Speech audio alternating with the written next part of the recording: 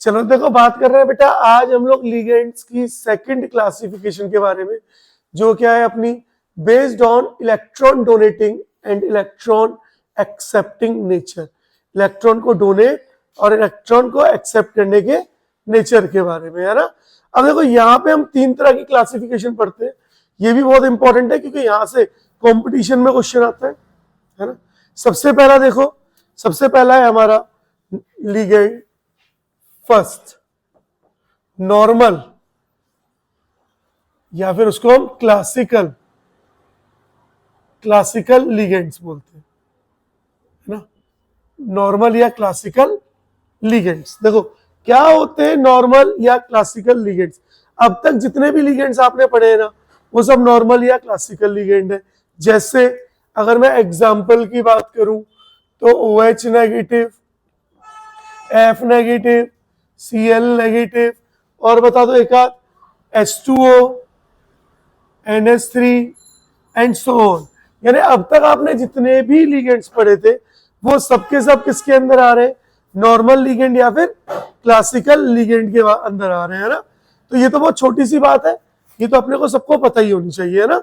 Second, अगर मैं बात करूं नॉन क्लासिकल लिगेंड, तो इसको हम लोग क्या बोलते हैं, नॉन क्लासिकल लिगेंड। देखो नॉन क्लासिकल लिगेंड, या फिर उसी को बच्चों हम लोग बोलते हैं पाई एसिड लिगेंड।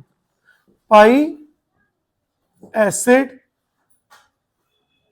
लिगेंड, ये जो सेकंड वाला है ना, ये बहुत ज्यादा इंपॉर्टेंट है। That means non classical ligand या पाई एसिड लिगेंड बहुत ही इंपॉर्टेंट है। देखो यहां पर होता क्या है, यहां पर देखो आपको पहले समझाता हूं, उसके बाद फिर हम लोग यहां पे इसको लिख लेंगे, है ना। देखो मैंने बोला आपका मेटल है, और मैंने बोला आपका एक लिगेंड है, मैंने लिया है CO, carbon monoxide, CO ligand, ठीक है।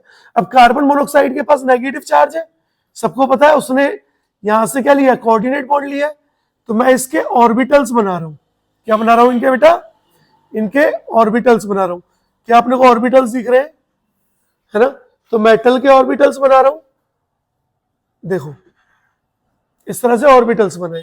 यहां पे कार्बन के भी और लिगेंड के भी ऑर्बिटल बना रहे हैं, देखो ये रहे ऑर्बिटल्स, ये रहे आपके ऑर्बिटल्स, ठीक है। क्या हमको ऑर्बिटल्स दिख रहे हैं, अरे बोलो हाँ। अब देखो यहां पर ये जो ऑर्बिटल्स है, ये ऑर्बिटल फिल्ड ऑर्बिटल है। कैसे ऑर्बिटल है, फिल्ड ऑर्बिटल्स है। और जो खाली वाले हैं ये और ये कैसे ऑर्बिटल है, वैकेंट ऑर्बिटल। कैसे ऑर्बिटल है, वैकेंट ऑर्बिटल है। बोलो यहां तक दिख रहा है। चलो देखो यहां पे, देखो यहां पर ये जो ऑर्बिटल है ये आपका फील्ड ऑर्बिटल है। कैसा ऑर्बिटल है, फील्ड ऑर्बिटल है। और ये जो ऑर्बिटल्स हैं, ये वाले और ये वाले, ये नीचे वाले और ऊपर वाले, ये vacant pi star anti bonding, है ना, एंटी बॉन्डिंग, ये हमने एमओटी में पढ़ा है ना, मॉलिक्यूलर ऑर्बिटल है, मॉलिक्यूलर ऑर्बिटल है ना। तो दिख रही है ये बात। अब देखो क्या होगा, उसको देखो और समझो ध्यान से। होता क्या है, नॉर्मली लिगेंड का क्या काम होता है, लिगेंड का काम होता है लोन पेयर ऑफ इलेक्ट्रॉन को डोनेट करना, किसको, सेंट्रल मेटल एटम को। तो क्या होगा, यहां पर CO क्या करेगा, इलेक्ट्रॉन पेयर को डोनेट कर रहा है, किसको, सेंट्रल मेटल एटम को। जो एक नॉर्मल सा प्रोसेस है कि ऐसे ही क्या होता है, लिगेंड इलेक्ट्रॉन को डोनेट करता है, किसको, सेंट्रल मेटल एटम को। लेकिन उसके साथ साथ क्या होता है, ये जो मेटल के पास इलेक्ट्रॉन्स है, ये फील्ड है ना, ये फील्ड ऑर्बिटल है, ये मेटल के साथ जो इलेक्ट्रॉन्स है, ये इनको लिगेंड को भी इलेक्ट्रॉन दे दे। यानी क्या कर रहा है, इलेक्ट्रॉन को डोनेट कर रहा है, किसको, इलेक्ट्रॉन डोनेट टू लिगेंड। किसको इलेक्ट्रॉन डोनेट कर रहा है, लिगेंड को। इसी को बेटा हम लोग बोलते हैं साइनर्जिक बॉन्डिंग। क्या बोलते हैं, साइनर्जिक बॉन्डिंग। अच्छा देखो सुनो, साइनर्जिक बॉन्डिंग का ही दूसरा नाम है बैक बॉन्डिंग। तो साइनर्जिक बॉन्डिंग को हम क्या बोलते हैं, बैक बैक बॉन्डिंग, है ना। तो ये जो बॉन्डिंग है ये बैक बॉन्डिंग हो रही है। अब इस बैक बॉन्डिंग की वजह से क्या क्या हो रहा है इसको अभी लिखूंगा सारा प्रोसेस, लेकिन उससे पहले समझो बैक बॉन्डिंग की वजह से हो क्या रहा है। मेटल और कार्बन के बीच करीबियां आ रही है, मेटल और कार्बन क्या हो रहे, पास पास आ रहे। क्यों, पहले एक ही बॉन्ड था, अब ये भी इसको डोनेट कर रहा है। दैट मीन्स मेटल और कार्बन के बीच के जो बॉन्ड है, बॉन्ड लेंथ है, वो क्या होती जा रही है, कम होती जा रही है। लेकिन कार्बन यहां से डोनेट भी कर रहा है, एक्सेप्ट भी कर रहा है। दैट मीन्स कार्बन और ऑक्सीजन के बीच की बॉन्ड लेंथ क्या होती जा रही होगी, बढ़ती जा रही है। समझ आ रहा है। अच्छा, बॉन्ड लेंथ कम होगी तो बॉन्ड स्ट्रेंथ क्या होगी, बॉन्ड अगर लेंथ कम हुई है ना, जितना बॉन्ड छोटा होगा बॉन्ड स्ट्रेंथ उतनी क्या हो जाएगी, ज्यादा हो जाएगी। तो बॉन्ड स्ट्रेंथ क्या हो जाती है बच्चों, बढ़ जाती है। लेकिन अगर बॉन्ड बड़ा है तो बॉन्ड स्ट्रेंथ का मतलब होता है कि बॉन्ड आसानी से टूटेगा कि नहीं। अगर बॉन्ड बड़ा है तो आसानी से टूट जाएगा, और इसका मतलब बॉन्ड स्ट्रेंथ क्या है, कम है। दैट मीन्स हम क्या लिख सकते हैं, बॉन्ड स्ट्रेंथ क्या हो गई है, कम हो गई है। बोलो पता चला, अरे बोलो बता पाओगे। ये चीज बहुत ही ज्यादा इंपॉर्टेंट है भाई, है ना। और ये सब हो क्यों रहा है, ड्यू टू, हाँ ड्यू टू बैक बॉन्डिंग, है ना। बैक बॉन्डिंग की वजह से हो रहा है ये सब, ठीक है। तो हम क्या बोल सकते हैं, ligand which donate sigma electron pair to, ऐसे लिख दूं, तो हम इसको ऐसे लिख देते हैं। देखो हम यहां लिख सकते हैं, ligand which donate sigma electron pair, इसका मतलब ये जो इलेक्ट्रॉन डोनेट किया जा रहा है ना, ये सिग्मा इलेक्ट्रॉन है ना, सिग्मा इलेक्ट्रॉन का पेयर है। तो which donate sigma electron pair to central metal atom through coordinate bond, through coordinate bond, through coordinate bond and simultaneously,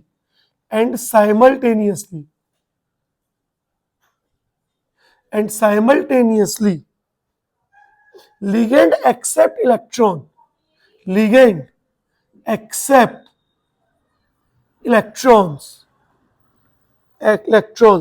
from central metal atom, from central metal atom through synergic, through synergic bond या फिर back bonding, synergic bond या फिर back bonding in their vacant pi star anti bonding molecular orbital. मैंने ABMO लिख दिया है। अच्छा याद रखना एग्जाम्पल क्या क्या होते हैं इसके, सीओ होता है, Cn होता है, Cn नेगेटिव, और NO positive. These are the examples. बोलो समझ आया बच्चों, अरे बोलो भाई। चलो एक क्वेश्चन दूं आपको, मेरा क्वेश्चन है bond length of CO is, मेरा क्वेश्चन है आपके लिए बॉन्ड लेंथ, अभी क्या अभी बता रहा तुरंत, of CO is 1.128 angstrom. Then bond length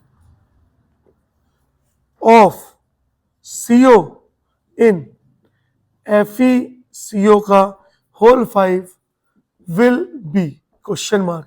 option number A है आपका 1.128 एंगस्ट्रॉम, ऑप्शन नंबर बी है बच्चों आपका 1.110 एंगस्ट्रॉम, ऑप्शन नंबर सी है आपका 1.152 angstrom, and the option number D is 1.54 angstrom. ठीक है, चलो मुझे ध्यान से इस क्वेश्चन को देखो और मुझे ध्यान से बताओ कि इस कंपाउंड में CO की बॉन्ड लेंथ कितनी होगी। नॉर्मली CO की बॉन्ड लेंथ कितनी होती है, 1.128 है, एग्जामिनर ने आपको बता दिया। CO की बॉन्ड लेंथ कितनी है, 1.128 है। क्लियर है। इस कॉम्प्लेक्स में CO की बॉन्ड लेंथ कितनी होगी, बोलो कौन सा option number A B C D?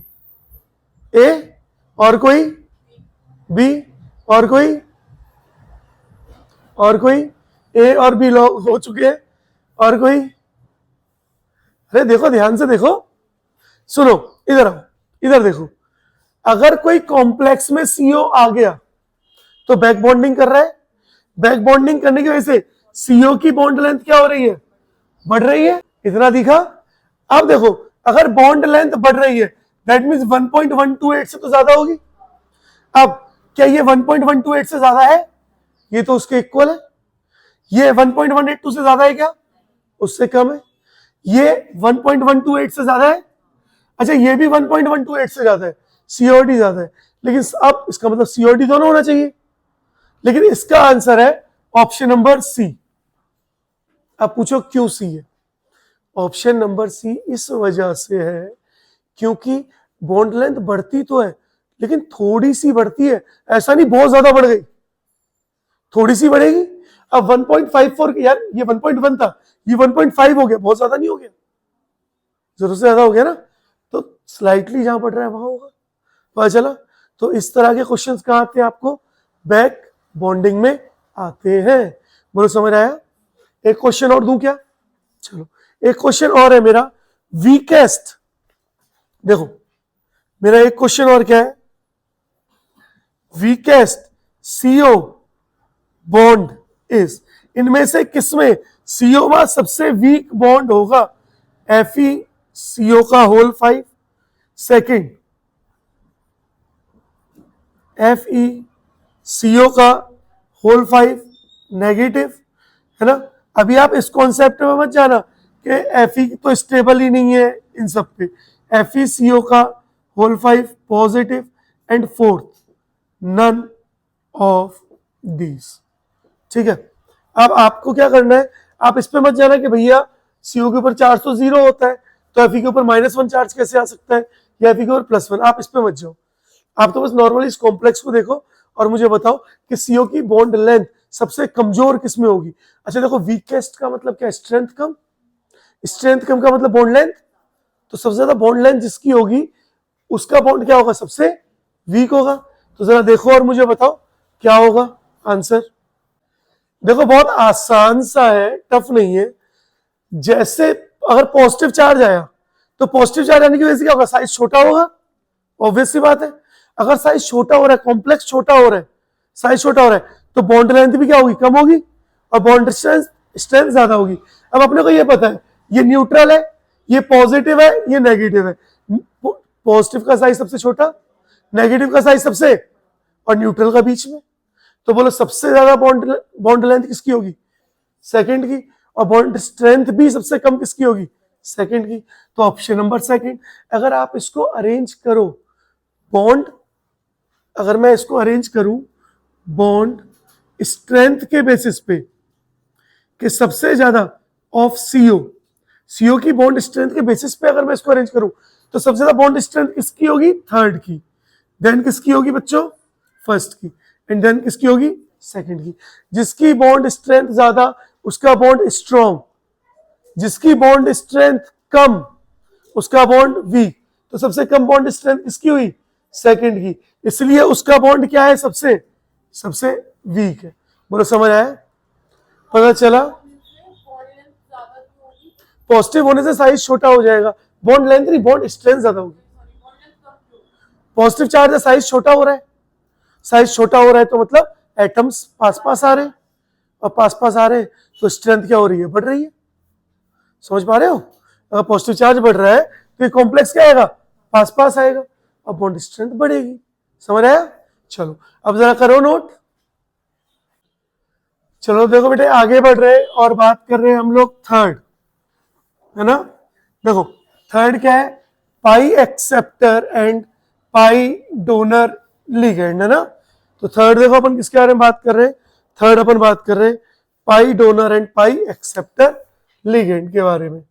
तो थर्ड इज पाई डोनर या फिर पाई एक्सेप्टर लिगेंड के बारे में, है ना। वैसे हम पाई डोनर लिगेंड ही ज्यादातर बोलते हैं। अब देखो सुनो, पाई डोनर और पाई एक्सेप्टर लिगेंड कौन से लिगेंड होते हैं? ये वो लिगेंड्स होते हैं जिनके पास डोनेट करने के लिए लोन पेयर नहीं होता है। तो अगर लोन पेयर ही डोनेट नहीं कर सकते तो क्या करते हैं? पाई बॉन्ड या पाई इलेक्ट्रॉन को डोनेट करते हैं, इसलिए क्या नाम आया? पाई डोनर आया। ठीक है, कैसे? देखो पहले इसको लिख दे क्या, तो इसको लिखते हैं लिगेंड विच हैज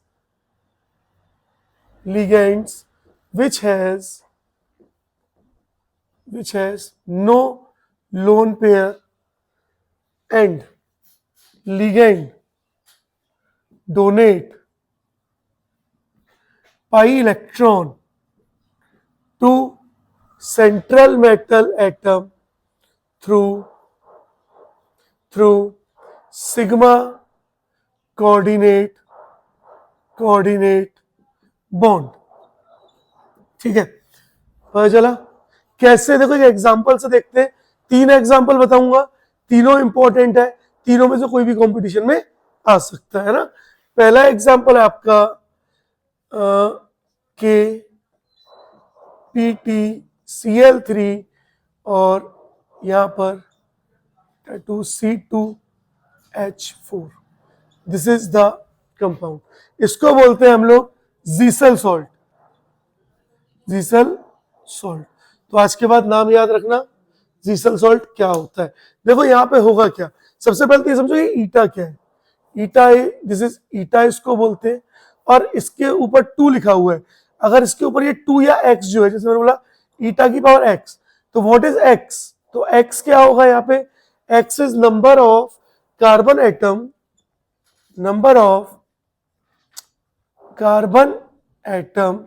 दिख रहा है, which delocalized पाई इलेक्ट्रॉन्स, वो कार्बन एटम जिनके बीच में पाई इलेक्ट्रॉन यानी पाई बॉन्ड का डीलोकलाइजेशन हो रहा है, वो क्या होते हैं? एक्स होते हैं। ईटा क्या बता रहा है? ईटा आपको नंबर ऑफ कार्बन बता रहा है, तो ये ईटा ये क्या बता रहा है? नंबर ऑफ कार्बन की बात हम लोग बोल सकते हैं, जैसे eta square, that mean number of carbon कितने? 2 है, तो ये दिख रहा है 2। अब इसका स्ट्रक्चर देखो कैसे बनेगा, प्लेटिनम है, इसको 3 क्लोरीन क्या कर रहे होंगे? अपना लोन पेयर ऑफ इलेक्ट्रॉन को डोनेट कर रहे होंगे, लेकिन जो आपका CH2 डबल बॉन्ड CH2 है, इसके पास तो लोन पेयर नहीं है, तो ये क्या करता है? ये अपने इस पाई बॉन्ड को, ये क्या है? ये पाई बॉन्ड है, कौन सा बॉन्ड है? पाई बॉन्ड, ये अपने पाई बॉन्ड को डोनेट करता है। पता चला? तो एक तो एग्जांपल हो गया जीसल सॉल्ट, दूसरा हम बात कर रहे हैं एग्जांपल फेरोसिन के बारे में ना। तो सेकंड अपन एग्जांपल बात कर रहे हैं किसकी? फेरोसिन। देखो फेरोसिन क्या होता है उसको देखो, है ना। इनमें से एक ना एक आपसे पूछने के बहुत ज्यादा चांसेस है, क्योंकि नॉर्मली इसको टीचर्स या सब मिस कर देते हैं ना। देखो सेकंड अपन बात करें तो सेकंड है आपका Fe ईटा 5 C5H5 का होल ट्वाइस, दिख रहा है। इसको अपन लोग क्या बोलते हैं बच्चों? इसको बोलते हैं फेरोसिन, दिस इज फेरोसिन। ठीक है, ये क्या है? फेरोसिन है। अब देखो फेरोसिन का स्ट्रक्चर कैसे होगा, मैं यहां बना देता हूं। देखो स्ट्रक्चर ऐसे होगा, यहाँ पे नेगेटिव चार्ज है, यहाँ पे आयरन है, अगेन सेम ऐसे ही स्ट्रक्चर होगा, यहाँ पाई बॉन्ड, यहाँ नेगेटिव चार्ज, तो नेगेटिव को ऐसे बना लेते हैं। और इसके बीच में इस नेगेटिव चार्ज की वजह से यहाँ बीच में क्या हो रहा है? नेगेटिव चार्ज की वजह से यहाँ बीच में हो रहा है रिजोनेंस। इस नेगेटिव चार्ज की वजह से बीच में क्या हो रहा है? रिजोनेंस, क्योंकि हम क्या बोल रहे हैं? डीलोकलाइज्ड पाई इलेक्ट्रॉन बोल रहे हैं ना। डीलोकलाइज्ड पाई इलेक्ट्रॉन का मतलब क्या है? रिजोनेंस होना। तो यहाँ क्या हो रहा है? रिजोनेंस। और अब ये इस रिजोनेंस के थ्रू क्या कर रहे हैं? Fe को इलेक्ट्रॉन डोनेट कर रहे हैं। बोलो समझ आया? अरे बोलो। इस कंपाउंड, ये जो स्ट्रक्चर बना है, इसका क्या नाम होता है? इसका नाम आपसे पूछ लिया जाता है। हाँ बोलो क्या हुआ? तो इसका क्या नाम होगा? Cyclopentadienyl, DIE di EN diene ion, ठीक है। तो साइक्लोपेंटा डाइन अल आयन, ठीक है, याद रखना आज के बाद। नेक्स्ट थर्ड एग्जाम्पल है आपका CR था, क्या था, CR ईटा 6 C6H6, देखो बेंजीन दिख गई ना का होल ट्वाइस, इसको हम बोलते हैं सैंडविच मॉडल, सैंडविच कंपाउंड। कैसा कंपाउंड है ये, सैंडविच। कैसे होगा, देखो क्रोमियम है, आपके पास दो बेंजीन है, बेंजीन के बीच में क्या हो रहा है, रिजोनेंस हो रहा है, अरे बोलो, हाँ, बेंजीन के बीच में रिजोनेंस हो रहा है, और अब ये क्या करेगा, क्रोमियम को डोनेट करेगा, और इसको क्या बोलते हैं, सैंडविच कंपाउंड बोलते हैं, याद रखना। बोलो क्लियर है। चलो, इसके साथ होती है आपकी क्लासिफिकेशन ऑफ लिगेंड्स समाप्त। अब इसके बाद हम लोग देखेंगे कॉम्प्लेक्स का क्लासिफिकेशन, जिसमें होमोलेप्टिक, हेट्रोलेप्टिक, एनायनिक, कैटायनिक, ये सब देखेंगे। तो चलो जरा नोट करो।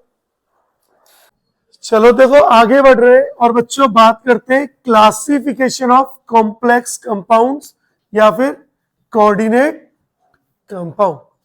तो आगे बढ़ रहे हैं और बात कर रहे हैं किसके बारे में, क्लासिफिकेशन ऑफ कोऑर्डिनेशन कंपाउंड। तो हमारी हेडिंग क्या है, क्लासिफिकेशन ऑफ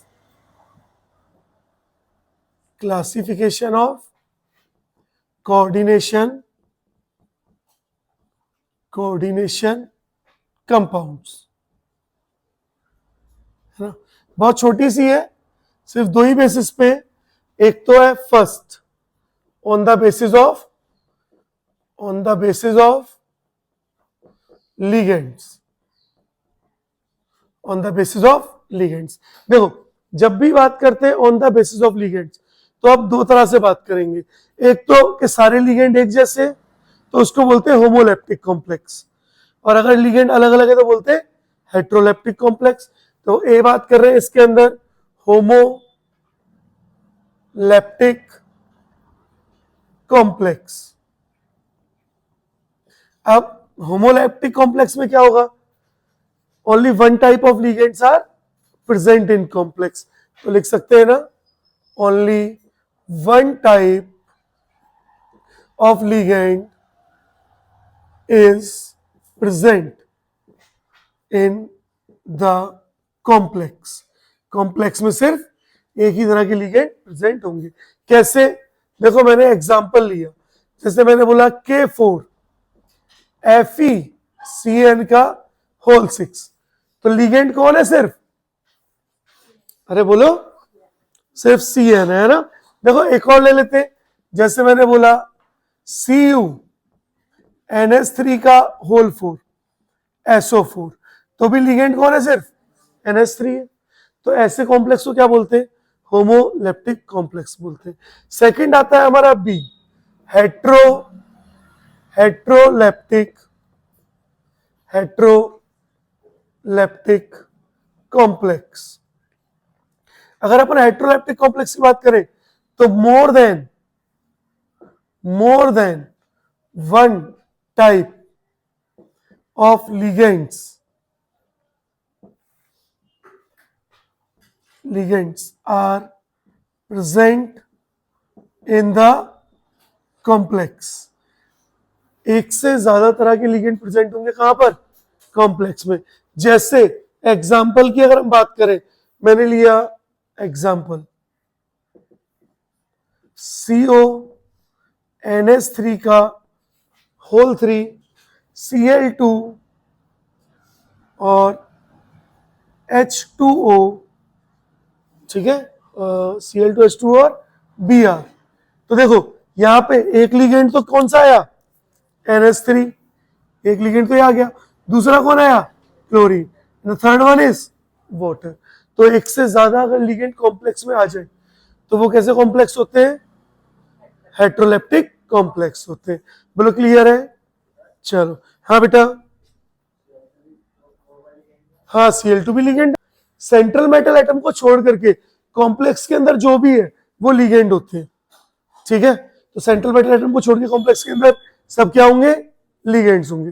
बोलो क्लियर है। चलो शाबाश, आगे बढ़ रहे, सेकंड बात कर रहे बेस्ड ऑन डिसोसिएशन। देखो अब लिगेंड की क्लासिफिकेशन बात कर रहे हैं, सेकंड किसके बेसिस पे, based on dissociation, based on dissociation. Clear है? तो देखो सेकंड है हमारा बच्चों बेस्ड ऑन डिसोसिएशन, तो किसके ऊपर बेस्ड है, ऑन डिसोसिएशन। डिसोसिएशन का मतलब कंप्लीटली ब्रेक डाउन होना। बोलो क्या समझ आ रहा है? अब देखें कैसे होगा। अब डिसोसिएशन के बेस पर दो तरह के कॉम्प्लेक्स होंगे, एक तो होंगे a perfect, perfect complex. Perfect complex कौन होते हैं, जो नॉट 100% डिसोसिएट, जो 100% डिसोसिएट नहीं होते हैं, वो क्या होते हैं, वो होते हैं परफेक्ट कॉम्प्लेक्स। जैसे मैंने एग्जांपल लिया K4 FeCN का होल 6, अगर आप इसको डिसोसिएट करोगे तो ये बनाएगा 4K पॉजिटिव प्लस FeCN का होल 6 4 नेगेटिव। लेकिन ये वाला पार्ट नॉट फर्दर डिसोसिएट, ये वाला पार्ट फर्दर डिसोसिएट नहीं होगा। सेकंड क्या होते हैं, B imperfect, imperfect complex. Imperfect complex कौन से होंगे, विच 100% डिसोसिएट, जो 100% क्या हो जाए, डिसोसिएट हो जाए। जैसे अगर मैं एग्जांपल लूं K2CD, देखो एग्जांपल के लिए K2CD कैडमियम CN का होल 4, अगर आप इसको डिसोसिएट करोगे ना तो ये बनाएगा 2K पॉजिटिव प्लस CN का होल 4, और अब ये फर्दर डिसोसिएट होके क्या बनाएगा, CD2 पॉजिटिव और 4CN नेगेटिव। यानी क्या हुआ, कॉम्प्लेक्स के अंदर का पार्ट भी क्या हो गया, फर्दर डिसोसिएट हो गया। अब हम नॉर्मली ये चीज देख के नहीं बता सकते कि कौन सा कॉम्प्लेक्स परफेक्ट और कौन सा इम्परफेक्ट है, इसको याद रखना है ना। तो हम ऐसे लिख सकते हैं, there is no sharp line, देखो there is no sharp line between perfect and imperfect complex. Perfect imperfect complex के बीच में कोई शार्प लाइन नहीं है।